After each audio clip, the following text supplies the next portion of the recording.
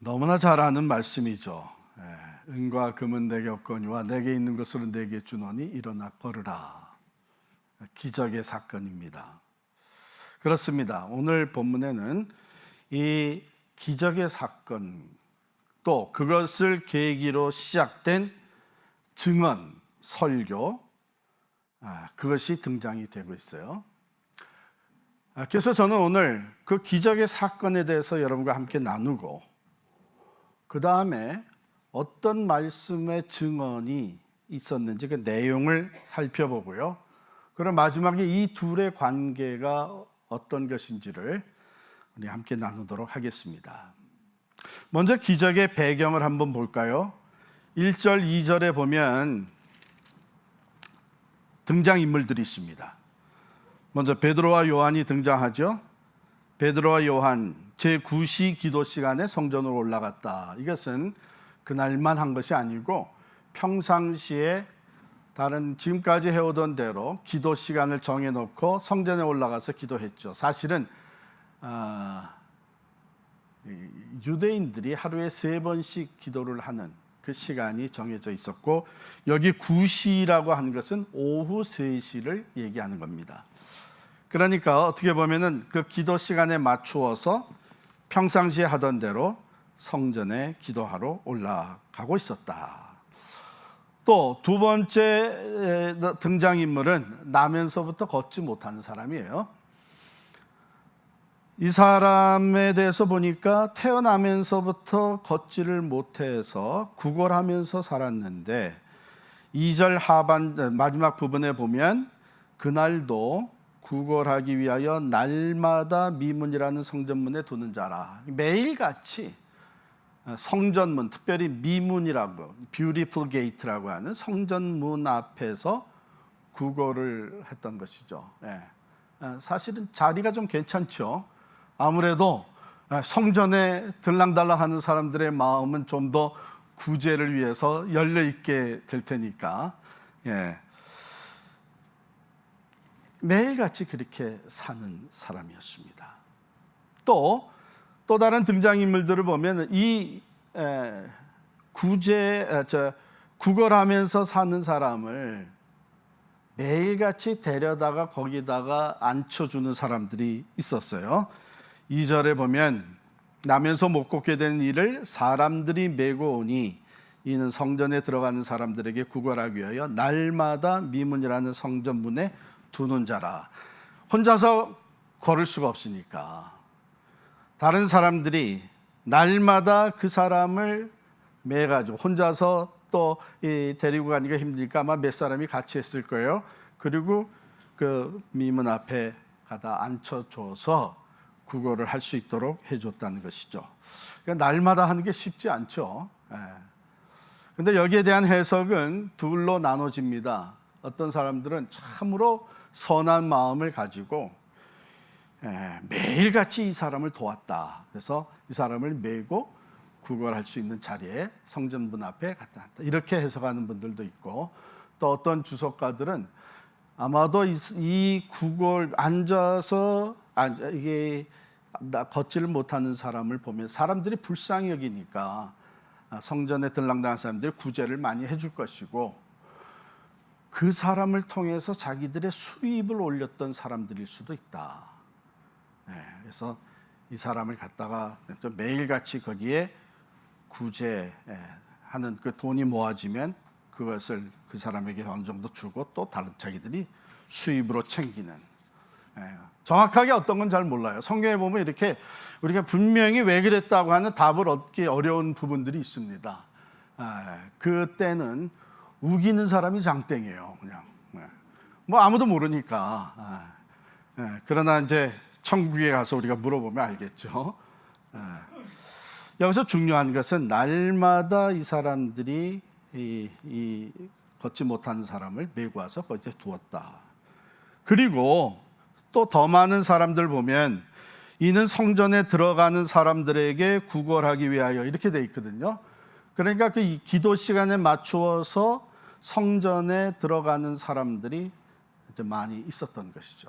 이게 지금 배경입니다. 제가 왜 이것을 이렇게 말씀드리냐면 이 모든 사람들에게 구걸한 사람이나 사도 베드로와 요한이나 또 메고 거기다가 갖다 앉힌 사람들이나 또 그 시간에 맞춰서 이 사람들이 다 그것이 그 당시에 자기들의 일상생활이었죠. 어제도 그렇게 했고 그 전에도 그렇게 했습니다. 그래서 오늘도 그렇게 일상생활로 반복되고 있었던 것입니다. 그런데 그날에는 놀라운 사건이 터진 거예요.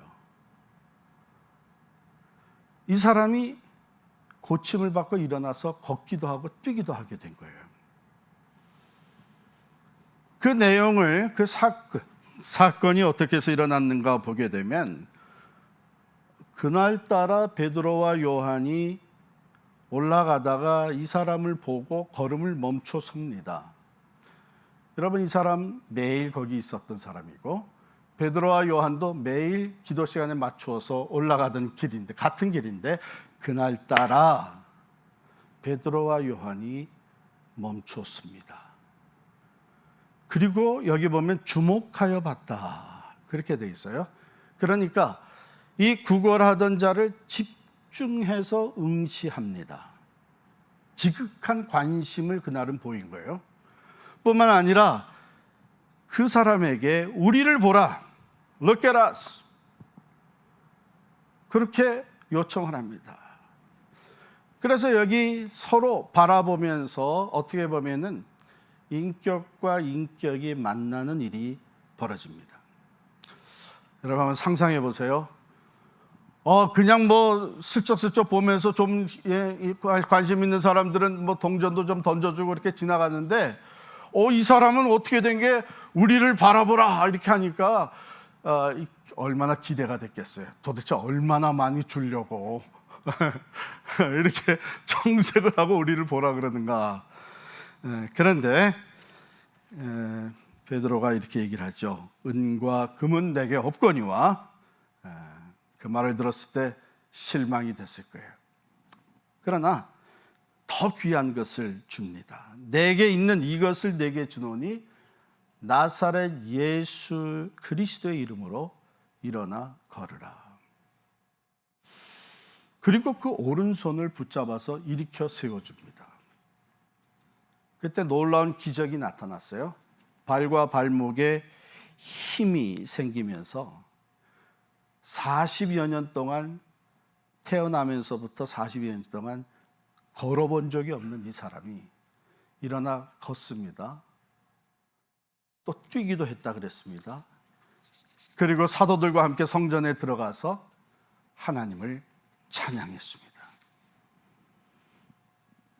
여기 중요한 것은 이것이 일상 가운데서 벌어진 기적이라는 거예요. 어제나 오늘도 별 다름 없겠지. 오늘의 내 생활도 어제나 뭐 크게 차이가 없겠지. 그게 일상 아닙니까? 그런데 그 일상 가운데에 전혀 예상하지 못했던 놀라운 기적의 사건이 벌어진 것입니다.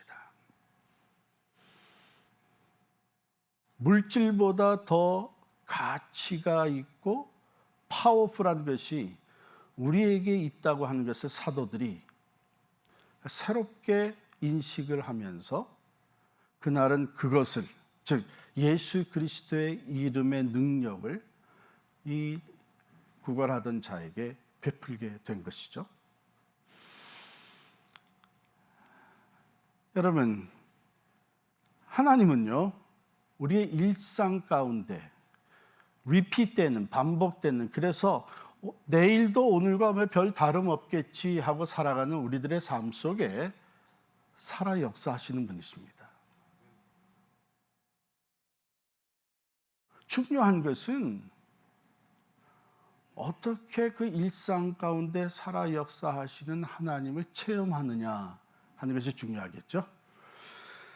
자, 사람들이 이 사건을 보고서는 너무나 놀랐어요. 왜냐하면 매일같이 거기 앉아있던 사람이니까 누구나 다 알아봤겠죠. 저 사람이 저거 어떻게 됐길래 걷기도 하고 뛰기도 하며 하나님을 찬양하냐. 놀랍게 여기며 가만 보니까 이 사람이 베드로와 요한을 가서 붙잡는 거예요. 아마 붙잡고 감사하다고, 하나님께 먼저 찬양하고 사도들에게 고맙다고 막 그랬겠죠. 사람들이 그걸 봤어요. 11절 볼까요? 모든 백성이 크게 놀라며 달려나아가 솔로몬의 행각이라 불리우는 행각에 모이거늘 그랬어요. 자, 이제 베드로가 일어난 기적의 사건에 대해서 증언을 하기 시작을 하는 겁니다. 설명을 하는 거예요. 여러분, 이게 패런이에요. 사도행전 앞부분에 보면은 오순절 성령 강림과 함께 놀라운 일이 벌어졌잖아요. 성령 강림, 성령으로 충만해졌던 그 사도들, 그리스도의 제자들이 각 지방 방언으로 하나님이 행하신 큰 일을 얘기하기 시작했잖아요. 그랬더니 그때 절기를 지키기 위해서 모였던 수많은 사람들이 깜짝 놀랐어요. 이게 도대체 어떻게 일이냐? 이게 도무지 해석이 안 되니까 이 사람들이 새술에 취한 거 아니냐? 이렇게 하고 있을 때에 이제 베드로가 내가 도대체 무슨 일이 벌어졌는지 너에게 설명해 줄 것이다 하고 증언이 시작됩니다. 이 패런이에요. 사람들의 관심을 모으는 사건이, 기적과 같은 사건이면 사람들이 별로 관심을 안 두죠. 예. 요즘 여러분 지금 관심이 한꺼번에 확 몰려가가지고 지금 며칠 만에 그냥 막 몇 밀리언 그 비유가 올라간 영상 중에 하나가 17세 된 그 여자 티네이저 그 여자 아이가 곰을 밀어낸 거예요. 그거 보셨어요? 예. 이거 뭐 상상이 안 가죠. 예? 곰이 어떻게 집 그 담벼락 위에 와가지고 그 집에서 기르고 있는 개들, 강아지들을 해치려고 그러니까 그것을 보고 그냥 정신없이 17살 아가씨가 뛰어나가가지고 그 곰을 그냥 밀쳐버린 거예요. 나중에 그 엑스퍼트들 얘기를 들어보니까 그 곰이 만약에 그때 한 번이라도 그 발로 얼굴을 쳤다면 그 얼굴은 다 망가진다는 거예요. 그렇게 파워풀한데 그런 일이 생겼어요. 그러니까 상상도 할 수 없는 일이 벌어지니까 그냥 수많은 사람들의 관심을 다 끌게 되었죠. 그와 마찬가지로 하나님이 행하신 기적의 사건, 그걸 통해서 attracts people, 사람들을 관심을 끕니다. 그래서 오순절 성령 강림 후에 베드로가 설교를 하죠. 그때 하루에 3,000명이 넘는 사람이 예수를 믿고 돌아옵니다. 이게 패런이에요. 지금도 나면서부터 안진병이 된 사람이 일어나 걷기도 하고 뛰기도 하니까 사람들의 관심이 쫙 끌렸어요. 그래서 설명을 하기 시작하는데 이것은 설명이라기보다는 증언입니다. 어떻게 된 것인지를 증거하는 거예요. 그것이 12절부터 나오는 내용들입니다. 그리고 이 증언 또는 또다시 시작하게 된 이 설교의 핵심은 첫 번에 했던 베드로의 설교와 마찬가지로 그 포커스가 예수님께 맞춰져 있어요. 그래서 예수님이 어떤 분이시냐 하는 것을 증언을 하는데 크게 5가지로 얘기를 하기 시작을 합니다. 12절에부터 먼저 베드로가 서론적으로 하는 얘기가 No, don't look at us. 우리를 바라보지 마라. 우리가 한 거 아니다. 마치 우리 개인의 권능과 경건으로 이 사람을 걷게 한 것처럼 왜 우리를 주목하느냐. 여러분 잘 들으세요. 지금 사도들이 하는 얘기는 우리가 경건의 삶을 살기 위해서 힘쓰고 있고 또 우리도 하나님의 능력을 덧입는 사도의 삶을 살려고 노력하고 있지만 이렇게 일어나는 사건들, 기적과 같은 사건들이 우리가 다른 사람보다 더 경건하기 때문에 또는 다른 사람들보다 우리 자신들이 어떤 파워가 있기 때문에 기적을 행한 것이 절대로 아니다. 그러면 그 소스가 어디에서 왔느냐 하는 것을 증언을 하는 거예요. 예수 그리스도에 대한 witnessing, 증언입니다.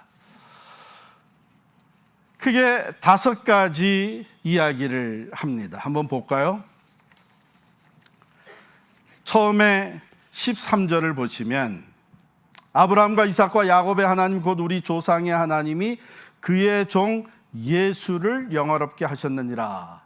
여기에 첫 번째로는 이 예수는 하나님의 종, 즉 하나님이 보내신 분이시다. 그리고 그 하나님은 우리가 조상 때부터 믿어오던 여호와 하나님 아니냐. 그게 첫 번째 증거예요. 하나님이 하나님의 목적을 위해서 보내신 분, 즉 온 인류의 구원을 위해서 보내신 분이죠. 그 다음에 두 번째, 하나님이 보내시고 그 예수를 영화롭게 하셨다. He glorified him. 어떻게 해요? 우리가 복음서를 읽어보면 예수 그리스도를 통해서 하나님의 능력과 기적과 표적들이 나타나기 시작을 했죠. 하늘의 진리가 선포되어지기 시작을 했습니다. 구약 때부터 예언되어졌던 그 오실 메시아에 대한 예언들이 성취되고 있는 것을 사람들에게 깨닫게 해주셨습니다. 바로 이런 일을 통해서 하나님은 그의 아들 예수 그리스도를 글로리파이 시킨 거예요. 이 사람은 보통 사람이 아니구나. 이 사람은 하나님이 함께. 어쩌면 이 사람이 오실 메시아구나. 이러면서 그를 글로리파이 시켰던 것입니다. 그 다음에 세 번째는 14절에 보면 그는 거룩하고 의로운 분이시다. 너희가 거룩하고 의로운 일을 거부하고. 그래서 holy and righteous, 거룩하고 의로우신 분, 죄가 없으신 분, 이렇게 증거를 하고 있죠. 그 다음에 네 번째는 그는 생명의 주이시다. He was the author of life. 생명의 주가 되셨다. 이렇게 증거하고 있습니다. 그리고 마지막으로는 그가 십자가에 달려 죽었으나 하나님이 그를 다시 살리셨다. 이런 내용들을 witnessing, 증거하고 있는 것입니다. 이 예수, 바로 일어난 그 기적의 사건을 통해서 사람들의 관심이 모아질 때에 그것을 예수 그리스도를 증거하는 기회로 삼았던 것이죠. 그런데 거기서 끝나지 않아요. 그 다음에는 그 모여든 사람들의 죄를 고발을 합니다. 크게 4가지로 죄를 고발하는데 다시 13절로 돌아가 보면 그러한 하나님의 종 예수를 하나님은 영화롭게 하셨는데 너희는 그를 죄인 취급했다. 그래서 그를 넘겨주었다. 죄수로 넘겨준 거예요. 하나님은 영화롭게 하셨는데 너희는 그를 죄인 취급해서 넘겨주었다. 두 번째는 그러나 총독 빌라도가 그에게 죄가 없음을 알고 풀어주려고 했는데 너희는 그것을 거부했다. 너희가 그 앞에서 거부하였다. 그 다음에 세 번째 죄, 그는 거룩하고 의로우신 분이신데 너희는 그를 풀어주는 것보다 오히려 살인한 사람을 놓아주기를 구했다. 누구예요? 바라바죠. 바라바를. 거룩하고 의로우신 분이 죄가 없음이 확인되어서 풀려나와 우리와 함께 우리 거리를 다니시면서 계속해서 진리를 선포하고 사람들을 치유하고 하는 그런 삶을 사는 것에 대해서 너희들은 그것을 거부하였고 오히려 살인자가 풀려나와가지고 마음껏 거리를 다니면서 두려움과 해를 끼치는 스스로 너희가 이러한 자멸의 선택을 했다는 거예요. 그리고 마지막으로 15절에 보면 그는 생명의 주였는데 The author of life, 생명의 주님이셨는데 그를 너희가 죽였다. 그래서 예수 그리스도가 어떤 분이시냐 하는 것을 분명하게 증언하고 그 다음에 너희가 그를 어떻게 대했느냐 하는 죄를 고발하는 거예요. 여러분, 여기 거부했다는 말이 나오는데 오늘날 내가 예수 그리스도를 받아들이지 아니하고 거부한다고 하는 것은 지금 어떤 분을 내가 거부하고 있는지를 여기서 알 수 있게 되겠죠. 하나님이 보내신 분, 하나님이 영화롭게 하신 분, 하나님이 그를 통해서 나타내 보여주신 그 모든 능력과 진리, 거룩하고 의로우신 분, 생명의 주가 되시고 죽었다 다시 살아나신 그분을 우리가 거부하는 거죠. 그래서 그것이 엄청난 죄가 된다고 하는 거예요. 당시의 유대인들은 그들이 그냥 거부한 것뿐만 아니라 오히려 그를 십자가에 못 박았던 그 죄를 고발한 겁니다. 자, 그런데 여기서 그 가슴을, 양심을 또는 그 영혼을 찌르는 죄 고발과 죄책감을 갖게 해주는 것으로 끝나는 게 아니에요. 우리가 다 읽진 않았지만 이 증언과 설교는 3장 마지막까지 이어지잖아요. 19절에 보면 복음을 제시합니다. Gospel, good news. 그러나 여기 좋은 소식이 있다. 19절 같이 읽겠습니다. 그러므로 너희가 회개하고 돌이켜 너희 죄 없이 함을 받으라. 이같이 하면 새롭게 되는 날이 주 앞으로부터 이를 것이요. 예수 그리스도가 누군지, 어떤 죄를 너희들이 저질렀는지, 그 죄에서부터 구원받을 수 있는 길이 무엇인지 복음을 제시한 것입니다. 자, 이제 기적, 그리고 그 기적에 대한 증언, 그리고 마지막으로 이제 그 기적과 증언의 relationship, 관계에 대해서 말씀을 드리겠습니다. 그것은 간단해요. 아까도 말씀드렸듯이 기적을 행하시고 기적이 일어나게 하시고 그래서 그 기적을 통해 사람들의 관심을 모으게 하시고 to attract people, 그리고 그들이 들어야 될 word, 하나님의 말씀을 증언하게 하는 것입니다. 이게 패턴이에요. 그리고 그 기적과 그 기적에 대한 증언은 동일하게 누구를 가리키고 있냐면 예수 그리스도를 가리키고 있습니다. 기적을 일으킬 때에도 내게 있는 것으로 내게 주노니 나사렛 예수 그리스도의 이름으로 일어나 걸으라. 그래서 그 기적은 예수 그리스도의 이름으로 이루어진 기적이라는 것을 확실하게 했습니다. 그리고 그 기적에 대해서 증언을 할 때에 이미 말씀드린 대로 크게 5가지로 그 예수가 누구냐 하는 것을 분명하게 선포했습니다. 그리고 그 예수를 통해서 죄 사함 받고 구원을 얻을 수 있는 복음을 제시한 겁니다.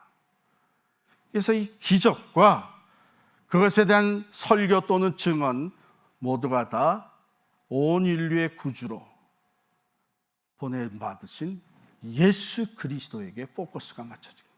예수님께서도 이 땅에 오셔서 사역을 하시면서 이런 말씀을 하셨어요. 너희가 만일 내 말을 믿지 못하겠거든 내가 행하는 이 일을 보아서 나를 믿으라 그랬어요. 그러니까 예수님이 행하신 기적은 그 기적 자체의 목적이 있던 것이 아니었죠. 그 기적을 통해서 주님이 하신 그 말씀, 진리, 예수 그리스도를 믿고 받아들일 수 있도록 하기 위함이었어요.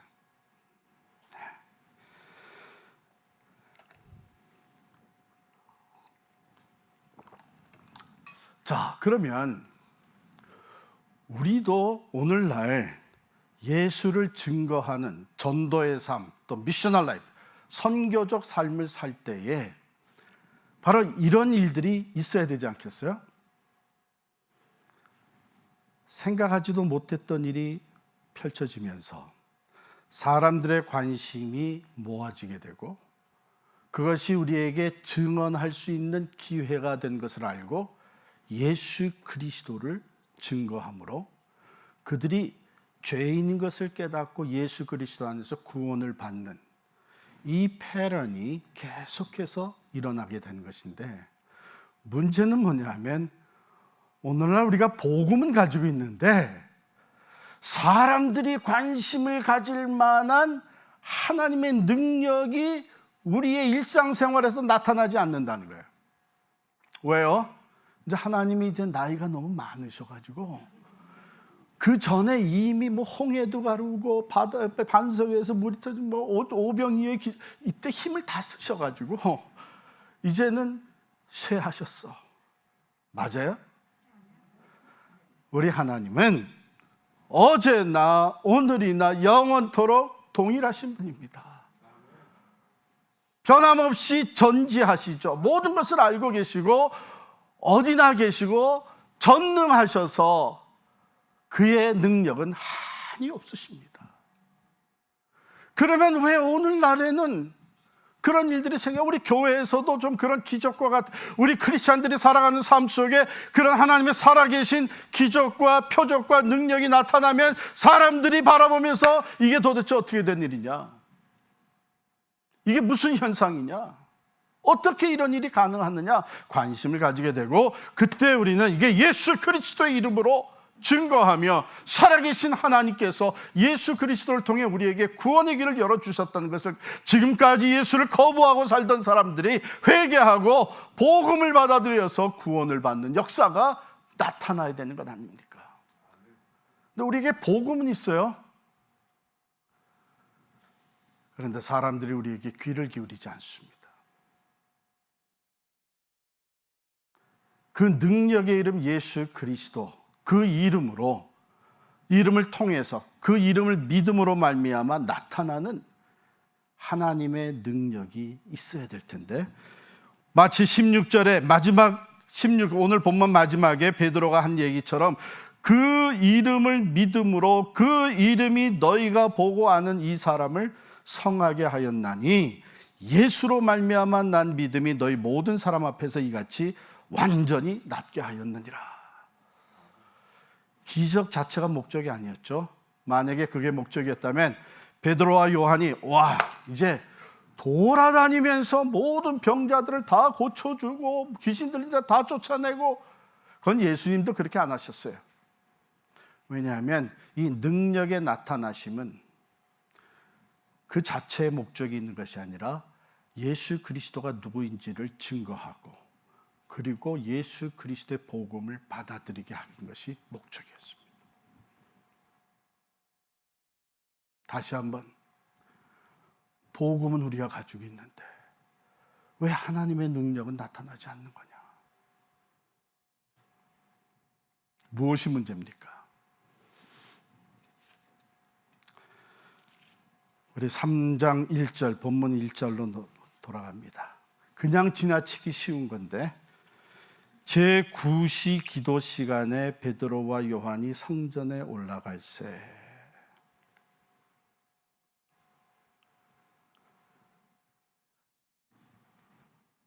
늘 기도하는 일상생활을 살고 있었는데, 그날만큼은 성령의 특별한 감동이 있었어요. 너 매일같이 보던 저 구걸하는 자, 오늘은 you do something for him. 너 그에게 다가가라. 그를 바라보아라. 그리고 그를 내 이름으로, 예수의 이름으로 일으켜 세워라. 그날따라 특별한 감동이 온 거예요. 전에도 믿음이 있었어요. 그러나 그날따라 특별한 성령의 감동이 온 거예요. 전에도 예수 그리스도의 그 이름의 능력이 있음을 믿고 있었어요. 그러나 그것을 이 사람을 위해서 행사하지는 않고 있었죠. 근데 그날따라 성령의 특별한 감동과 이끄심이 있었던 거예요. 여러분, 우리도 마찬가지인데, 여러분 말씀 공부를 하고 같이 중보기도 하는 가운데 저는 성도들로부터 종종 그런 간증을, 목사님, 이상하게 그날따라 하나님이 내게 이런 기도를 시키시더라고요. 그래서 그 사람을 위해서, 직장 동료를 위해서 기도하고 그러고서 갔는데, 그 매일 다니는 그 출퇴근하는 내 직장 생활에 그날따라 그 사람하고 대화할 수 있는 기회가 생기더라고요. 그런데 목사님, 전혀 생각지 않던 그 문제를 나한테 얘기를 하더라고요. 그때 저는 알았죠.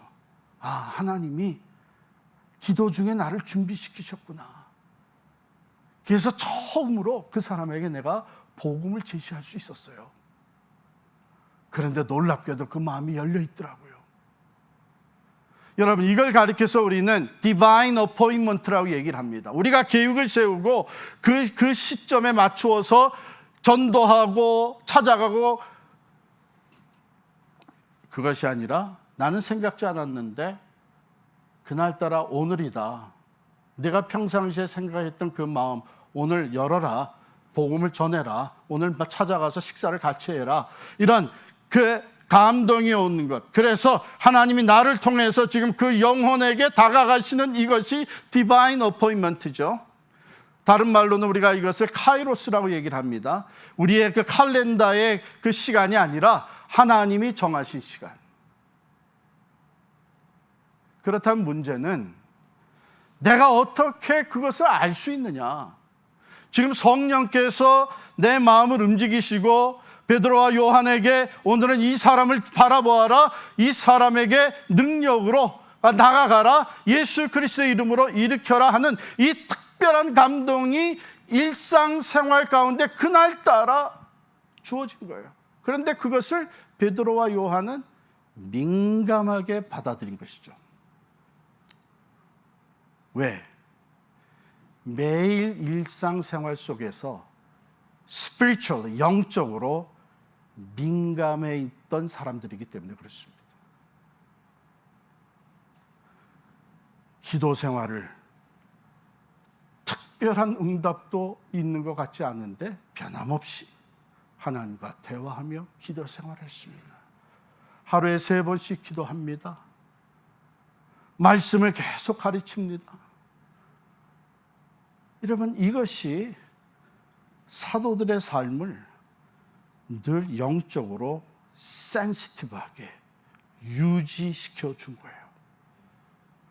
여러분, 우리가 세상을 살아가면서 하나님은 전혀 생각하지 아니하고 내 마음대로, 내 계획대로, 내가 원하는 대로 살다가 갑자기 성령의 이끄심을 받을 수는 없어요. 물론 하나님이 급하시면 그렇게도 역사를 하십니다.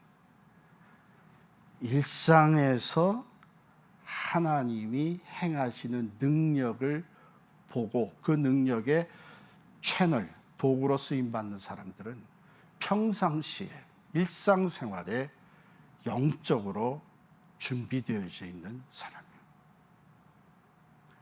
여러분, 와이파이 요즘 워닝이 많이 나옵니다. 공짜라 그래서 어디 가서 와이파이 떴다고 그거 함부로 사용하지 말래요. 잘못하면은 여러분 전화 있는 데이터 다 가져가고 전화 먹통 만든대요. 조금 돈이 들더라도 제대로 된 와이파이를 쓰랍니다. 우리가 영적으로 커넥션이 돼 있어야 되죠. spiritually 하나님과 늘 커넥션, 성령과 커넥션이 돼 있을 때에 일상생활 가운데서도 하나님이 역사하시기를 원하는 걸 우리가 캐치할 수 있습니다. 그리고 준비된 사람들은 그때에 일상에서 잠시 벗어나 순종할 수 있는 믿음과 용기가 있는 것이죠. 하나 가지 예를 들까요? 이제 여러분 사도행전 8장으로 넘어가게 되면 빌립이라고 하는 사람이 나옵니다. 초대교회 7지사 중에 한 사람이었는데 교회가 핍박을 받으면서, 예루살렘 교회 핍박을 받으면서 사람들이 다 흩어졌고 빌립 집사는 사마리아로 흩어지면서 놀라운 역사가 사마리아에 나타나는 거예요. 빌립의 전도를 통해서 수많은 사람들이 예수를 믿고 나오게 되고 그 믿음의 공동체가 크게 성장하고 있어요. 그것이 빌립의 사마리아 사역의 일상이었어요. 그런데 어느 날 그 일상, 오늘도 그 사역을 위해서 빌립이 나서고 하나님의 말씀을 전하면서 사마리아에서 사역하고 있는데 성령이 너 일어나 광야로 나가라. 여기 있지 말고 일어나서 광야로 나가라. 아니, 여기 내 일상에 맡겨진 일이 있는데요. 여기 이미 부흥이 일어나고 있는데요. 광야에 나가면 아무도 없는데요, 사람이. 그러나 빌립이 순종할 수 있었던 것은 빌립은 사도들과 마찬가지로 성령 안에 영적으로 센시티브한 민감성을 유지하고 살아가던 사람이에요. 성령께서 시키시는구나. 네, 제껴놓고 광야로 나갑니다. 누구를 만나요? 이디오피아 여왕 간다게의 국고를 맡은 내시를 만납니다.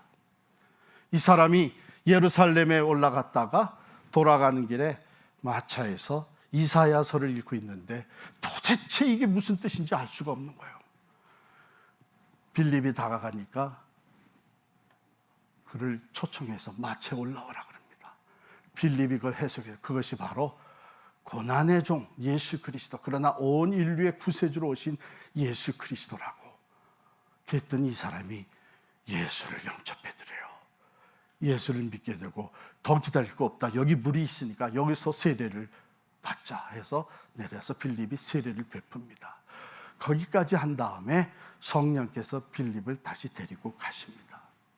이 이디오피아 내시는 자기 가던 길을 갑니다. 그래서 여러분, 이디오피아에 가게 되면 이디오피아 크리스찬들은 프라이드가 강해요. 왜냐하면 자기들의 그 기독교는, 이디오피아 기독교는 초대교회와 거의 비슷하게 시작됐다는 거예요. 그러니까 거기 가서 괜히 아는 척하고 그러지 마세요. 제가 말씀드린 거 무슨 뜻인지 알겠죠?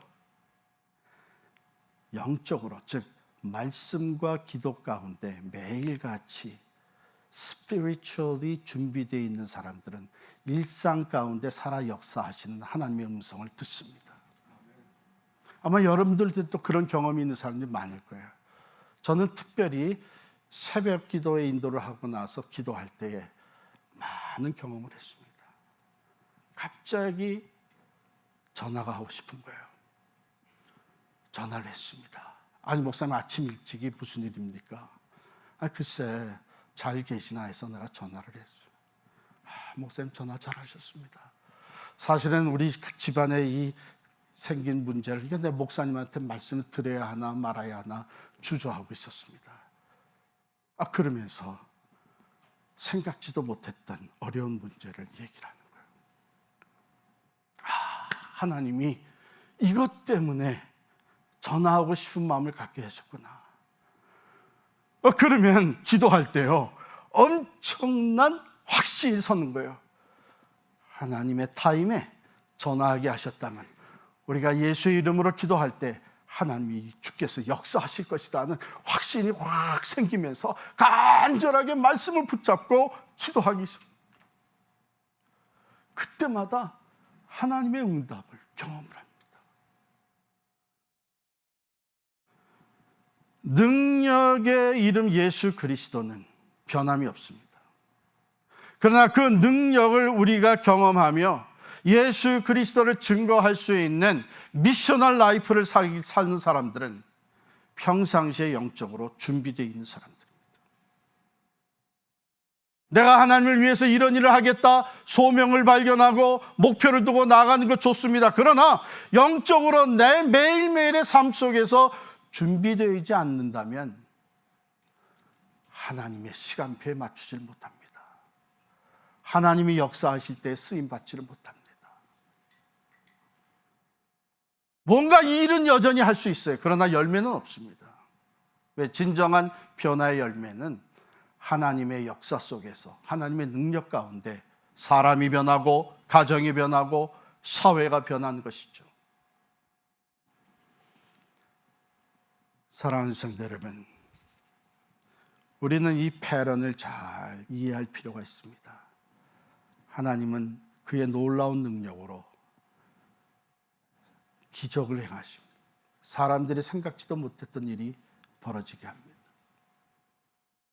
우리가 가장 최근에 경험했던, 공동체로서 경험했던 것이 어떻게 우리가 그 파라무스의 좋은 건물을 포기하고 광야로 나오는데 96%가 넘는 성도들이 하나가 될 수 있었겠습니까? 여러분도 다 주변에서 듣겠지만 저도 우리 목사님들 만나면 그건 기적이다. 그런 일이 어떻게 있으냐. 그래서 어떻게 됐어요? 주변의 사람들이 우리 필그림 선교교회에 관심을 기울입니다. 이때 우리는 뭐 해야 돼요? 예수를 증거해야 됩니다. 우리가 남달리 신앙이 있고 남달리 믿음이 커서 한 것이 아니라 하나님이 하나님의 때에 이 놀라운 일을 우리를 통해서 행하신 거예요. 뭐 하라고? 관심들이 모여질 때에 예수 그리스도를 증거하고 예수 그리스도의 생명의 복음을 전하라고 우리를 통해서 일하신 거예요. 그렇기 때문에 우리는 날마다 개인적으로, 가정적으로, 교회적으로 준비되어 있어야 합니다. Spiritual sensitivity, 영적 민감성을 잃어버리면 안 돼요. 세상적인 일에 너무 바삐 돌아가게 되면 우리는 영적 민감성을 잃어버립니다. 성령의 하시는 말씀을 들을 수가 없는 거예요. 와이파이가 끊어진 거예요. 인터럽트 된 거예요. 오늘 우리에게 주시는 말씀입니다. 미셔널 라이프, 진정한 예수의 산 증인이 되기 위해서는 매일 일상 속에서 성령님과 교제하고 성령 안에서 주님과 동행하면서 늘 하나님의 말씀에 귀를 기울이는 훈련이 필요한 것이죠. 그때 우리는 생각하지 못했던 놀라운 일들이 여러분 개인의 삶 속에, 여러분의 일터에서, 여러분 가정에서, 또 우리 공동체적으로 하나님이 행하시는 놀라운 일들을 경험하게 돼요. 그것을 통해서 우리는 예수 그리스도의 생명의 주 되심을 담대하게 전파하며 구원의 역사를 이루어가게 될 줄을 믿습니다. 기도하십시다.